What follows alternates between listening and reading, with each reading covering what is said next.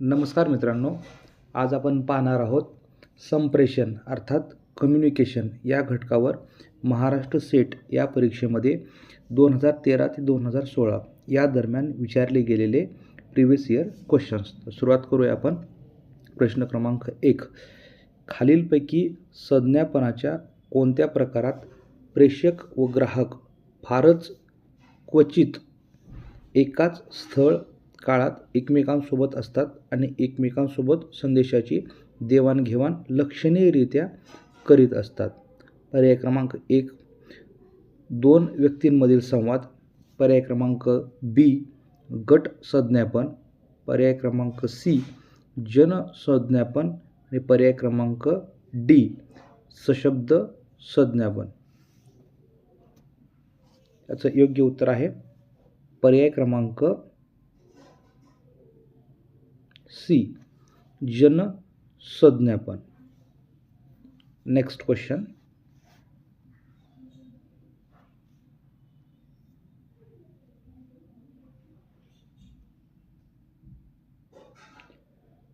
आपण सर्वसाधारणपणे आणि नकळत सशब्द संदेशांपैकी शब्दरहित संदेशांवर जास्त विश्वास ठेवतो, कारण पर्याय क्रमांक ए सशब्द संदेश समजायला सर्वसाधारणपणे कठीण असतात, पर्याय क्रमांक बी शब्दविरहित संदेश सशब्द संदेशांपेक्षा अधिक स्वयंस्फूर्त असतात, पर्याय क्रमांक सी सशब्द संदेश फार संस्कृती सापेक्ष असतात आणि पर्याय क्रमांक डी शब्दविरहित संदेशांवर फार चांगले नियंत्रण ठेवता येते. आता याचं उत्तर असेल पर्याय क्रमांक बी. कारण उदाहरणार्थ आपण आनंदाची बातमी सांगताना आपणाकडून सशब्द संदेशांपेक्षा शब्दविरहित संदेश अधिक स्वयंस्फूर्तपणे आपण व्यक्त करतो. त्यामुळे पर्याय क्रमांक बी हे याचं बरोबर उत्तर असेल की शब्दविरहित संदेश सशब्द संदेशांपेक्षा अधिक स्वयंस्फूर्त असतात. पुढील प्रश्न.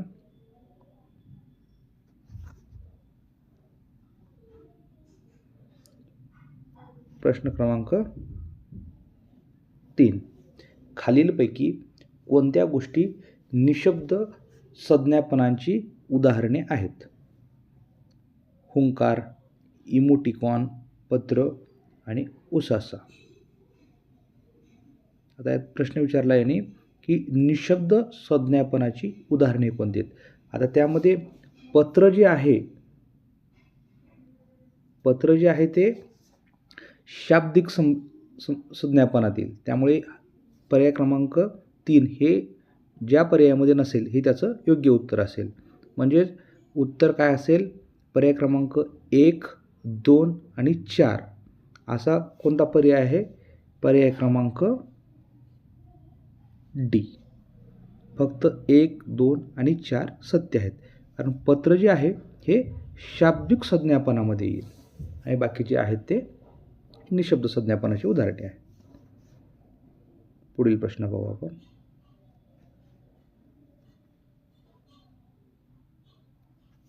संज्ञापनातील आंतरक्रिया आणि गतिमानता या निकषांवर शिकविण्यासाठी खालीलपैकी सर्वोत्कृष्ट पद्धत कोणती? पर्याय क्रमांक ए समोरासमोर राहून वर्गात केलेले अध्यापन, पर्याय क्रमांक बी श्रोता सहभागाच्या सुविधेसह व्हिडिओ तासिका, पर्याय क्रमांक सी प्रचलित आभासी वर्ग आणि पर्याय क्रमांक डी दूरशिक्षण पद्धत. त्याचा याचा योग्य पर्याय काय असेल? पर्याय क्रमांक ए. कारण व्यक्ती जर समोरासमोर असतील तर संप्रेषणाची आंतरक्रिया ही ती फास्ट किंवा जलद होते. आता उदाहरणार्थ आपण व्हॉट्सॲपवर किंवा फेसबुकवरती जर आपण चॅटिंग करत असू आणि त्या चॅटिंगला जर कदाचित अर्धा 1 तास लागत असेल आणि प्रत्यक्षात आपण जर बोलत असू तर अगदी 10 मिनिटामध्ये हे संभाषण पूर्ण होऊ शकतो. त्यामुळे समोरासमोर राहून वर्गात केलेले अध्यापन हे सर्वोत्कृष्ट पद्धत असेल. पर्याय क्रमांक ए.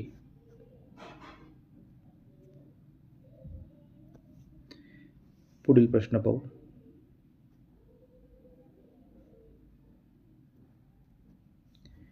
भारतात खाजगी मालकीच्या उपग्रह दूरचित्रवाणी वाहिन्या कोणत्या वर्षी दिसू लागल्या?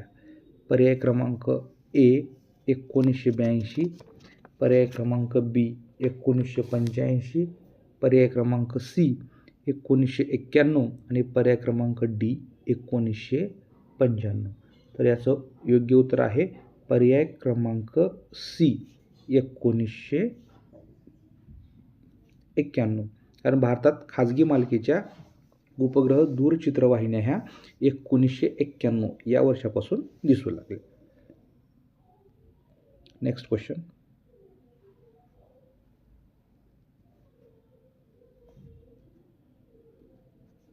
भारतीय प्रसार माध्यमांच्या संदर्भात खालील योग्य पर्याय ओळखा. वृत्तपत्रे, IRS, तसेच टेलिव्हिजन म्हणजे काय असेल? तर आता IRS, आता IRSचा अर्थ होतो इंडियन रीडरशिप सर्वे. हा जे वृत्तपत्र आहेत त्यांचं रेटिंग ठरवतो IRS, इंडियन रीडरशिप सर्वे.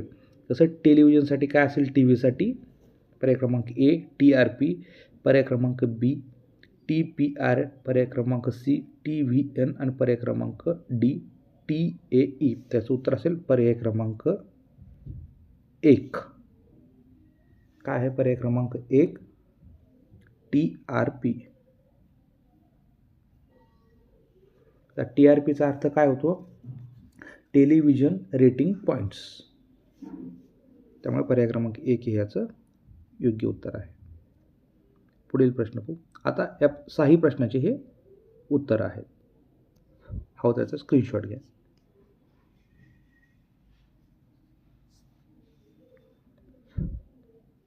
आता आपण पाहूया डिसेंबर 2013 सेट परीक्षेमधील प्रश्न. प्रश्न क्रमांक 1. संज्ञापनाची परिणामकारकता सर्वसाधारणपणे कशाच्या आधारे ठरविली जाते? पर्याय क्रमांक 1 प्रतिसादाचा दर्जा, पर्याय क्रमांक बी प्रेषकाचे हेतू आणि निकष, पर्याय क्रमांक सी माध्यमांचा सुयोग्य वापर आणि पर्याय क्रमांक डी संदेशाचा सोपेपणा. काय असेल याचं उत्तर? पर्याय क्रमांक ए बरोबर. कारण प्रतिसाद उच्च प्रतीचा असेल तरच संप्रेषणाची परिणामकारकता वाढते. पुढील प्रश्न.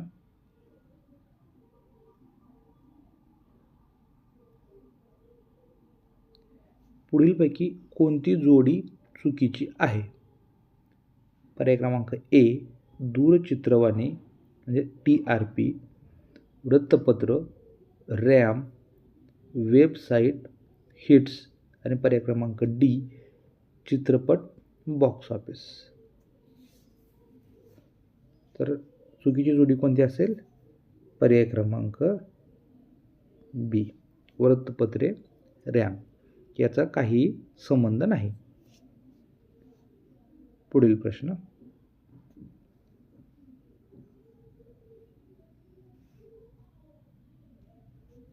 पुढीलपैकी कोणत्या संज्ञापन प्रकारात प्रतिसाद प्रत्याभरण तुलनेने संथ, कमकुवत आणि अप्रत्यक्ष पद्धतीने येतो?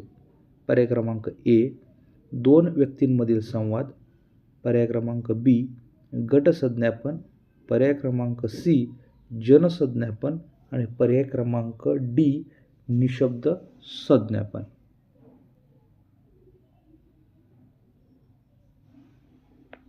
त्याचं योग्य उत्तर आहे पर्याय क्रमांक डी जनसंज्ञापन. मास कम्युनिकेशन म्हणजेच उदाहरणार्थ राजकीय सभा यामध्ये श्रोत्यांकडून प्रतिसाद हा संथ, कमकुवत आणि अप्रत्यक्ष पद्धतीने येतो. म्हणजेच जनसंज्ञापन पर्याय क्रमांक सी याचं उत्तर असेल. पुढील प्रश्न.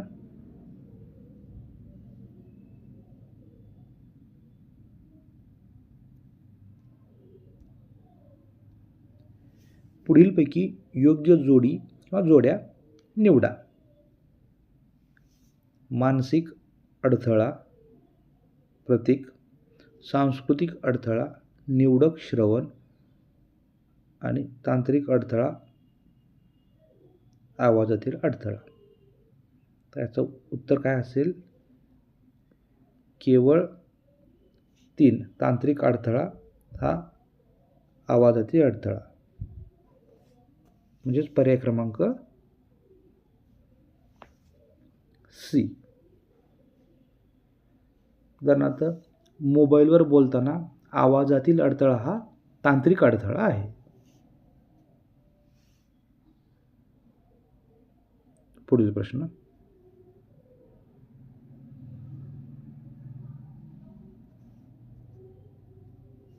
जेव्हा शिक्षक वर्गामध्ये दृकश्राव्य, ध्वनिफीत किंवा पॉवर पॉईंट सादरीकरण वापरतात, तेव्हा त्या संपादनाचे सर्वाधिक यथार्थ वर्णन पुढीलपैकी कशाने करता येईल? पर्याय क्रमांक ए, जनसंज्ञापन.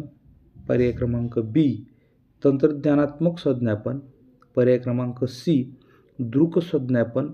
आणि पर्याय क्रमांक डी, माध्यमबद्ध गट संज्ञापन.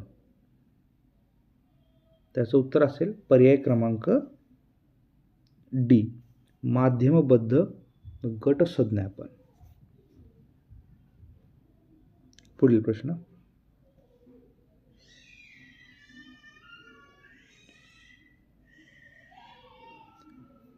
स्वसंवाद, संवाद, गट संज्ञापन आणि जनसंज्ञापन हे संज्ञापनाचे प्रकार कोणत्या निकषांवर बेतलेले आहेत?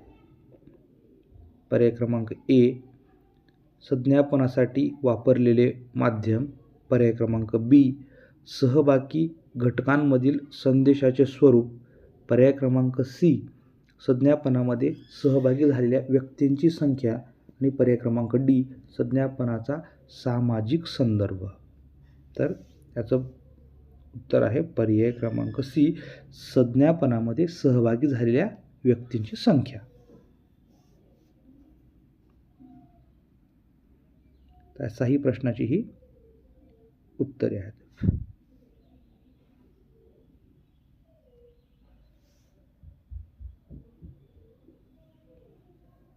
यानंतर पाहू आपण सप्टेंबर 2015 मध्ये झालेल्या सेट परीक्षेमधील प्रश्न. प्रश्न क्रमांक 1, खालीलपैकी कोणते निशब्द संज्ञापनाचे उदाहरण नाही? आता यामध्ये प्रश्न विचारलेला आहे की निशब्द संज्ञापनाचे उदाहरण नाही विचारलेलं आहे आपल्याला शब्द, म्हणजेच बाकीचे 3 हे निशब्द संज्ञापनाचे उदाहरणं असतील, फक्त एक नसेल. तर आता तो पर्याय आपल्याला शोधायचा आहे. पर्याय क्रमांक 1, पत्रलेखन. पर्याय क्रमांक बी, चेहऱ्यावरील हावभाव. पर्याय क्रमांक सी, बोलण्याचा वेग. आणि पर्याय क्रमांक डी, मौन किंवा शांतता.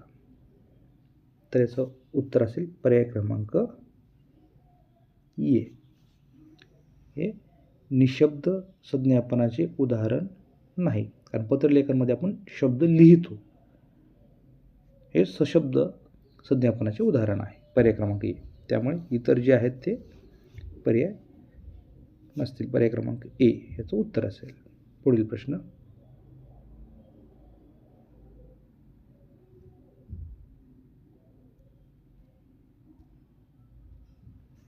कोणत्या निकषाच्या आधारे संज्ञापनाचे स्वसंवाद, 2 व्यक्तींमधील संवाद, गट संज्ञापन असे वर्गीकरण करता येते? पर्याय क्रमांक ए, संज्ञापनाचे माध्यम. पर्याय क्रमांक बी, संज्ञापनात सहभागी व्यक्तींची संख्या. पर्याय क्रमांक सी, संज्ञापनातील संदेश व आशय. पर्याय क्रमांक डी, संज्ञापनाचा हेतू. काय असेल उत्तर याचं? पर्याय क्रमांक बी, संज्ञापनात सहभागी व्यक्तींची संख्या. पुढील प्रश्न.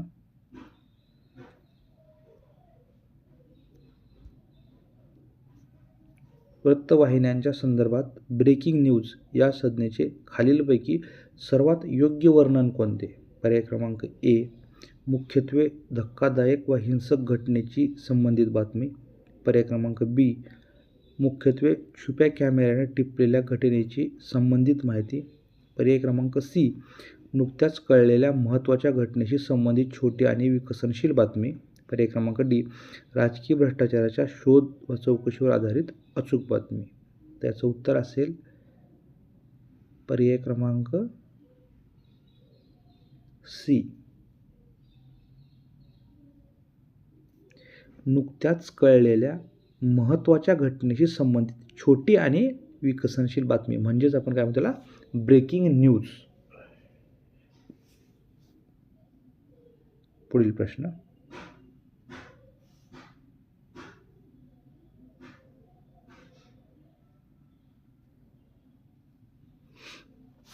भारतातील दूरचित्रवाणीच्या संदर्भात 1980च्या दशकाचे महत्त्व काय आहे?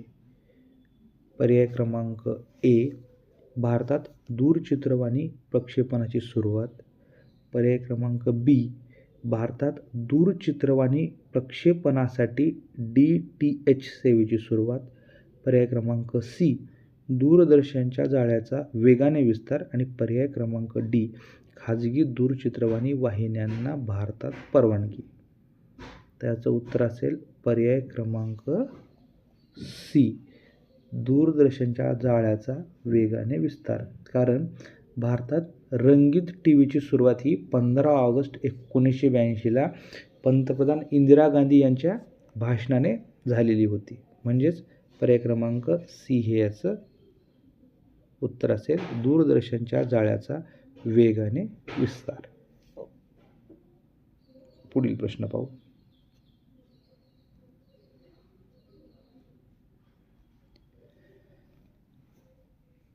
सर्वसाधारण परिषद कक्षामध्ये असलेली बसण्याची गोलमेज बैठक रचना कोणत्या प्रकारच्या संज्ञापनाला प्रोत्साहन देते? पर्याय क्रमांक ए, एकेरी वा एकदिश संज्ञापन. पर्याय क्रमांक बी, सहभागी व्यक्तींमधील आंतरक्रियात्मक संज्ञापन. पर्याय क्रमांक सी, अधोगामी संज्ञापन. आणि पर्याय क्रमांक डी, ऊर्ध्वगामी संज्ञापन. त्याचं उत्तर असेल पर्याय क्रमांक बी, कोणतं सहभागी व्यक्तींमधील आंतरक्रियात्मक संज्ञापन.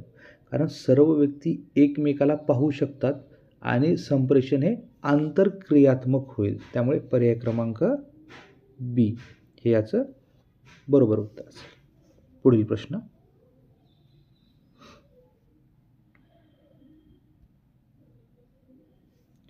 शिकविताना पॉवर पॉईंट सादरीकरणाचा वापर केल्यामुळे संज्ञापनाचे कोणते आयाम नव्याने मिळतात?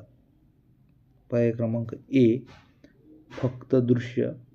पर्याय क्रमांक बी, फक्त श्राव्य. पर्याय क्रमांक सी, श्राव्य आणि दृश्य. पर्याय क्रमांक डी, श्राव्य, दृश्य आणि आंतरक्रियात्मक. त्याचं उत्तर काय असेल? पर्याय क्रमांक डी. कारण पॉवर पॉईंटमध्ये या स्लाइड्स ह्या व्हिज्युअल्स असतात. ऑडिओ क्लिपचा देखील यामध्ये समावेश करता येतो. त्यामुळे हे ऑडिओ पण आहे आणि व्हिज्युअल्स पण आहे. शिवाय शिक्षक स्लाइड्सचे स्पष्टीकरण जर देत असतील आणि काही प्रश्न विचारत असतील तेव्हा हे आंतरक्रियात्मक संप्रेषणसुद्धा होईल. त्यामुळे पर्याय क्रमांक डी हा श्राव्य, दृश्य आणि आंतरक्रियात्मक असा होईल आणि हा योग्य पर्याय आहे. पुढील प्रश्न, आता ह्या पूर्ण प्रश्नाचे उत्तरे पाहू आपण.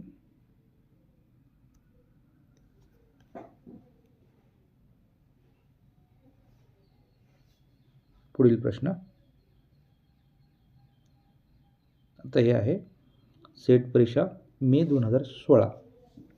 प्रश्न क्रमांक 1, दोन व्यक्तींमधील समोरासमोरील संवादाच्या संदर्भात खालीलपैकी कोणते विधान चुकीचे आहे? आता प्रश्न आहे कोणते विधान चुकीचे आहे, म्हणजे आपल्याला चुकीचे विधान ओळखायचे आहे. पर्याय क्रमांक ए, शब्दरूप चिन्हे वा खुणांचे प्रमाण व वैविध्य जास्त असते. पर्याय बी, निशब्द चिन्हे व खुणांवर नियंत्रण ठेवणे अवघड असते. पर्याय क्रमांक सी, नेमक्या अर्थाविषयी गोंधळ निर्माण झाल्यास शब्दरूप चिन्हांवर कमी विश्वास ठेवला जातो. पर्याय क्रमांक डी निशब्द चिन्हे वा खुणा बहुधा स्वयंस्फूर्त असतात. काय असेल उत्तर याचं?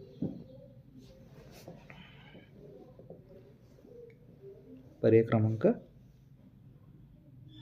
ए. कारण शब्दरूप नव्हे तर अशब्दरूप चिन्हे वा खुणांचे प्रमाण हे याच्यामध्ये वैविध्य जास्त असतं. त्यामुळे पर्याय क्रमांक ए ह्याचं उत्तर आहे. चुकीचं. शब्दरूप चिन्हे वा खुणांचे प्रमाण हे वैविध्य जास्त असते. हा पर्याय चुकीचा आहे. पुढील प्रश्न.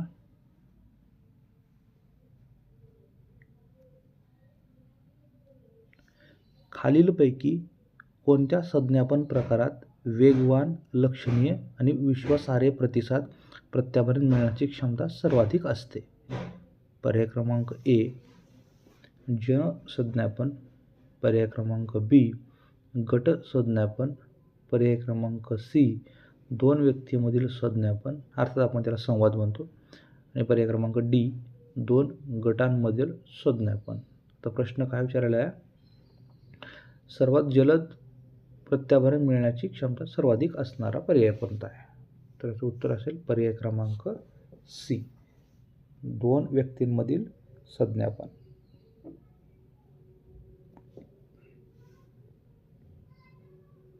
पुढील प्रश्न.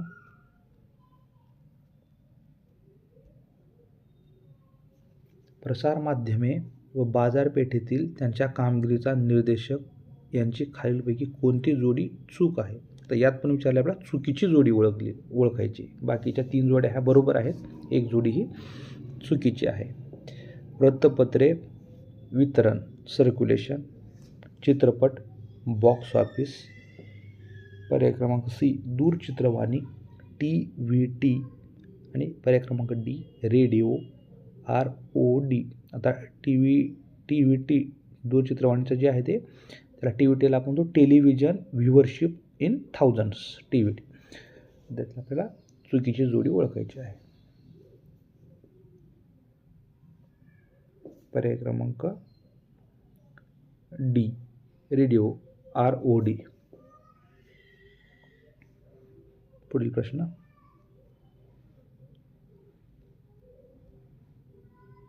FM रेडिओच्या संदर्भात FM या लघुरूपाचा विस्तार काय?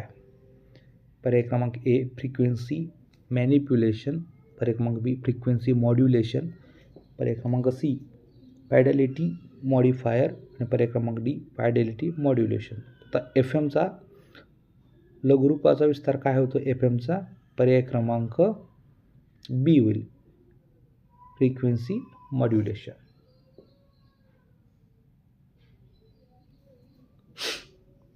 पुढील प्रश्न.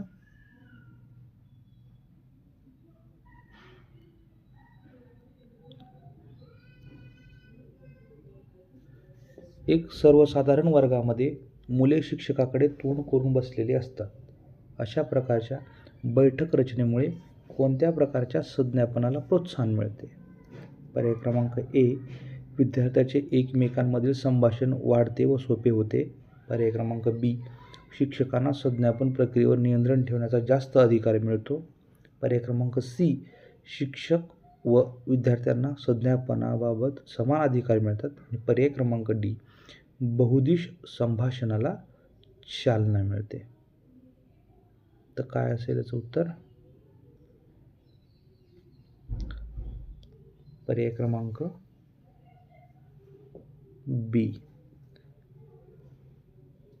शिक्षकांना संज्ञापन प्रक्रियेवर नियंत्रण ठेवण्याचा जास्त अधिकार मिळतो. तर मुले शिक्षकाकडे तोंड करून बसलेली असतात त्यावेळेस. पुढील प्रश्न.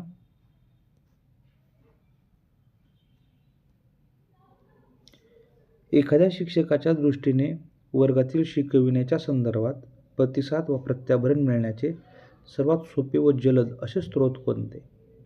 पर्याय क्रमांक ए विद्यार्थ्यांची देहबोली, पर्याय क्रमांक बी विद्यार्थ्यांनी विचारलेले प्रश्न, पर्याय क्रमांक सी विद्यार्थ्यांनी घेतलेल्या नोंदीचा दर्जा, आणि पर्याय क्रमांक डी विद्यार्थ्यांनी सादर केलेले स्वाध्याय. तर उत्तर असेल याचं पर्याय क्रमांक ए.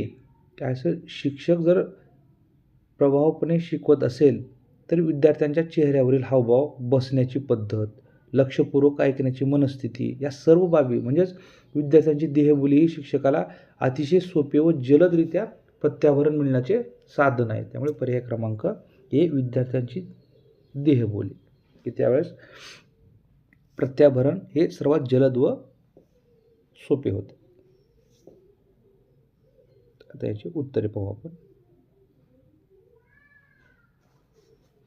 तर हे होते 2013 ते 2016 या दरम्यान संप्रेषण अर्थात कम्युनिकेशन या घटकावर विचारले गेलेले प्रश्न. आता आपण पुढील लेक्चरमध्ये 2016 ते 18-19 या दरम्यानचे कम्युनिकेशन या घटकावरतील प्रश्न पाहू.